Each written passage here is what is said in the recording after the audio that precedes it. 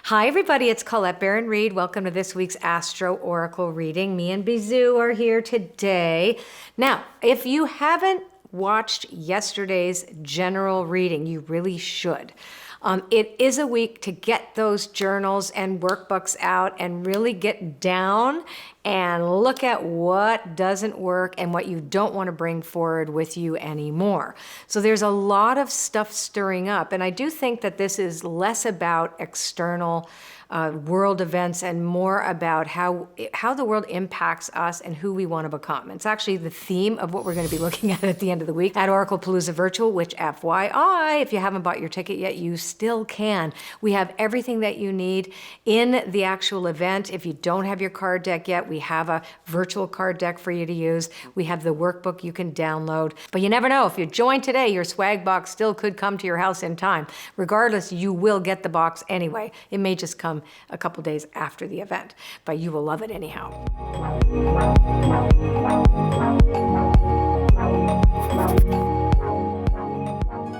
Okay, so let's move on, and we're going to do the reading. So I go through every sun sign, and you're going to pick your sun sign first, then you're going to read your rising sign, then you're going to read your moon. And then all 9 cards give you a little bit more intimate, personal reading that goes along with yesterday. So we're going to find out what's up. Now, let's look. But something is happening in the collective. So something is getting stirred up in the collective. So it could be also some world events. Storm fields for Aries. There we go, Aries. Aries, storm fields, and one ring circus. Okay, this is for Aries. So lots is going on this week, which I know is true with my Aries. And it says to limit you don't have to do everything yourself because that's one ring circus. So we have storm fields card number 9, card number 42, and 15. Those two are upside down. So wide open when it's in the protection position really just indicates that not every possibility is open to you, and you're going to have to kind of compromise some things this week, which is fine. And you don't have to do it all yourself. You will get help, but you remember to get other people to help you. That's going to be important, that you don't do everything all by yourself, okay? Stirring things up is not a bad thing. It makes it better. That's the point of this. Now, let's take a look at Taurus. Wonder what that's going to be, Mark. Okay, so Taurus. Sometimes the cards are metaphoric, sometimes they're literal. It's only after the readings are over that you can really understand what it means.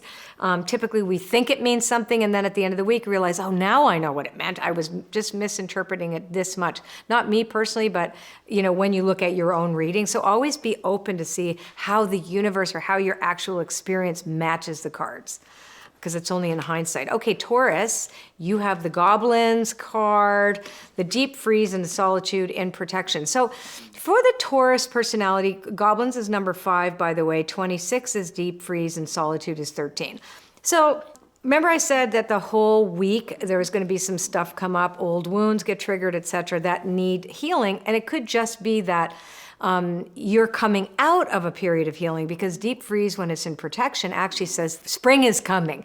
It means things are starting to thaw. So we're going to see new life soon after a period of solitude. So although at first glance we look at this reading and go, meh, but actually it's like, no way, this is coming out of this, right? So this is really, really good. So you'll see how far you've come this week for the Taurus personality. You have come far, is what it says, and new growth is emerging from old wounds. That's really good. Hey, my poker shuffle time. I love doing that. Okay, here we go. Now we're looking at Gemini. Gemini is, don't overcommit yourself this week. That's card 36. Talisman is 49, and Sad Embrace is 45. So if you overcommit, you will not feel good. Okay, so if you are the type that says yes to everything, that's not a good thing this week, because the Talisman says that you have to put your priorities in order. You already learned this lesson in the past, that when you overcommit, you're not happy. So just remember that if you shift your commitments, this card won't be that pertinent to you. And this is just really a reminder that if you do that, you will feel that, right? So just remember, don't overcommit this week. That's for the Gemini. Okay, this is the Cancer card. That's me. All right, so we have Moonlight, we have Protecting Treasure in Protection, and we have Ride the Wave in Protection. Okay, so intuition is on high alert for the Cancer personality, and your boundaries are really important. It's okay to say no. As a matter of fact, you have to say no this week. You may say, you know what, this is not for me. I know I have to say no and trust my no, my sacred no. Okay, it's really important. Now, Ride the Wave at the end here also says your boat's not going to capsize. So if you feel a little overwhelmed, Cancers, this week, just say no. Just say, you know what, I can't do that. I just can't do that. And again, really remember that you are the only person that intuitively knows what's going to be good for you or isn't, right? So other people can't read your mind, although they maybe could, but really important, say no for the things that are not working for you. And that's card number 51, then card number 39, and card number 14. Okay, 2 in protection, 1 upright. What do you think there, little one, huh? I know. You wanted to come here. You wanted to be here. You did. So you're panting. Is it too hot for you here? All right, now we're going to go to Leo. So Leo, Golden Palace. Leo, you're very, Ghostlands and Solitude. All right, so this is very interesting. So don't overshoot yourself this week, Leo. And what that means is that trusting in abundance doesn't mean grabbing onto a goal. This is not the week for goal setting. If anything, it's the week for understanding yourself a little bit better, what you have to offer everyone else, and taking time out for you. Self-care for the Leo personality is crucial. And remember, what might have happened in the past isn't going to repeat itself. This is the other thing, a warning not to go jumping around and going, oh, well, this happened then, it's going to happen again. Or like, what if? And don't do that. This is a week for you to stay really grounded. You want me to put you on the floor? Yes, I think so. No doggy. Okay. There she goes. Okay, so that's for Leo, and the little lion dog had to go wander. Now let's take a look at Virgo. And we shall see what's going on for Virgos. So the Virgo must not isolate this week. And oh, this is so interesting. So we've got Solitude, the Ghostlands, and Golden Palace all in the protection position. So 13, 17, and 23. So let's teach on this. So solitude and protection means it's time to get out of it, right? Like it isn't the time for you to be isolated from others. It really is the time for you to connect with others, but you might feel a little vulnerable. Again, the Ghostlands and protection, it's kind of this attachment to the past, or an unmet, like kind of like poor promise and, poor performance, kind of like large promise, poor performance, and like realizing that you have to really stay in the day. You can't, don't project is basically what it's saying for the Virgo this week. And the Golden Palace is in the protection position, just reminds you to get grounded. It could be a little bit ungrounding for you this week, looking at this. And stay in the day. Anybody can handle anything in 24 hours. That's one thing that I learned in my recovery journey. It's a day at a time. So that's for you, Virgo. Remember, make it small. I always look at the microcosm of a day. Sometimes it's an hour at a time. So that's for the Virgo personality. Now let's take a look at Libra. And, okay, so Libra, wishing well, goblins, and peaks of joy. So, things may not turn out exactly as you want. And that might trigger you. But in fact, what we want and what we need are two very different things. So this is, when this card is there, it reminds you to also have a bit more of a sense of humor about how things go. And don't set your sights too huge. I think that's the other thing. Don't over-wish for your week to be a certain way. Just kind of go with the flow and realize that there are it could be other people's goblins too, that could be stirred up around you. And it's not yours to fix. Other people's issues are not yours to fix this week, okay? So just keep your goals right-sized. I always look at it as going, let's just see what the adventure brings. That's really what I would take away from this for the Libra. Okay. Now let's look at Scorpio. Okay, Scorpio. Scorpio in the dry desert. Scorpio with a commitment, and Scorpio with wizard. So really this is about, dry desert is card 31 and commitment's 36 and wizard of awareness is 3rd. So we have 2 protection cards and 1 upright. So when we start with dry desert and the protection position, it really is a kind of like a reminder to check yourself and remember how resilient you actually are. Like you can get through anything. Commitment, which is beautiful, is saying like, hey, you have made commitments in the past to yourself predominantly. This is going to be really important to yourself and to bring your gifts to the world. Remember, and it's also to us. But I always say the first commitment we have to make is to spirit, is to divine presence. And if you keep that as your number 1 priority this week, everything else falls into place. And then your lack of awareness. So I think some weeks, some days, we just look at the fog lights. You know, we can only see where the fog light lands. We can't see the longer picture, the bigger picture. So again, that kind of day-to-day thing is really what you have to remember for the Scorpio this week also. Looks like lots of us are going to be doing a day at a time. Okay, now let's look at Sagittarius. Sagittarius has, okay, so card number 6 is the first card for the Sagittarius. It's in protection. So that's the obstacles that you perceive. But I'm going to tell you, you have a great time this week. Remember, if you watched yesterday's reading, and the overall, it's about inventory really, and about like looking at how we want to change and letting things go. And this is great because you have seen how far you've come since the perception of obstacles in your life. This is beautiful because it's wide open. Anything is possible for you right now, and change is in process. So, you know, you really are in that kind of beautiful metamorphic journey and seeing new things about yourself emerge, new opportunities in relationships. Just the changes are going to be much more tangible for you. So you'll see how far you've come since that time when you've looked at something as wow, that was a big obstacle, and it isn't anymore. How cool is that? That's for you, Mark. Now let's look at Capricorn. Okay, so Capricorn, I'll just shuffle a little bit for you. Capricorn, I have so many Capricorn girlfriends. Here we go. I love Capricorn people. I find every sign interesting. I don't want everybody else to get off, just like me. I do. Okay. Okay, making a choice. This is awesome. What a great reading here. You've got card 30, card 40, followed by card 27, all of them in upright.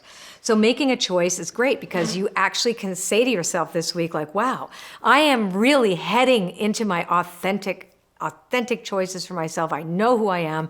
Remember I said this on yesterday's video at the end. I said something becoming unapologetically, actually my girlfriend Kiddist Ohm was the one who mentioned that to me over coffee yesterday, so I'm going to give credit where credit is due. She's the one that said being unapologetic about being yourself, about knowing who you are and the choices that you're making. And that's really beautiful for Capricorns this week. So you're really getting to that place in you where you're going like, I know who I am. So the inventory is working for you for sure. And it's really being at home in yourself too. So this is a great week for Capricorns. Yes, I like to, when my friends say something that goes, ooh, that's a great one, I like to tell people where I heard it first. And I probably botched it, but that's what happens when we have coffee. Too much caffeine. All right, so now we have Aquarius. Here is for Aquarius. Oh, this is nice too. So Aquarius is card 26, Deep Freeze, then card 21, Field of Dreams, and card 13, Solitude. So this is a time for you. This is time out for Aquarius. The Deep Freeze is slowing down things that might have accumulated on your plate, because it's beside Field of Dreams and Solitude. This is why I'm saying this. If this was on its own, I might say something different. But in fact, the Deep Freeze is saying, like, you know what, all that activity that all the busyness, etc., like slow it down. You have the opportunity to slow down this week and really ask yourself, what do I want to plant in my Field of Dreams? So we should expect a lot of Aquarius people to come to the event. And then also solitude is like coming out of that, giving yourself time for you, but also sharing what you learn with other people. After the solitude comes the sharing. So it's really, if it's a time for you to be focused on you this week. That's what this means. All right. Last but not least, we have Pisces. To me, this week just spells journal with a J. All right. Here we go. Okay, so Pisces, ride the wave. Now you have card number 14, and that's in the upright position. Then you have 2 in the protection position, card number 54, which is encouragement, and card number 4, which is spirit of place. So I love this card because it says you are not looking for anybody else's encouragement or support. This is about riding your own wave, right? You're not looking to your environment, to people outside of yourself to tell you whether you're okay or not. And that's really the theme for you this week, is you don't have to do that. You're really about looking at yourself through the lens of compassion, through inventory, the idea of like, well, how far have I come? What am I letting go? And not everybody's going to agree with you. Guess what? That's the other thing. Like, you have to really be authentic to you and what you believe and who you are, and not necessarily about what the crowd is saying you should be doing. Okay, so that's it. Everybody, don't forget, Oracle Palooza Virtual is coming this Friday. Not too late to get your ticket. Remember, we have the online Oracle you can use if you don't have a deck, and we have that fantastic workbook for you to use. You can download that just in case you didn't get your swag box. But if you join today, it's still time. You might get that box delivered to your house. And but what's in the box? Oh my God, in the box. Well, the card deck, the workbook, a pen, what else?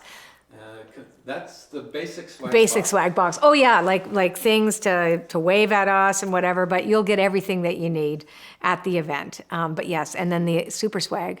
Well, should we tell them about after that? they buy their ticket, they'll have the opportunity. Oh, okay, Mark should come here. Yes, because we have some of these left. All right, let me come here. I have to really squeeze in here. Hello. Yes. You're cute. I'm cute. You smell nice. Nice. Okay. Yes.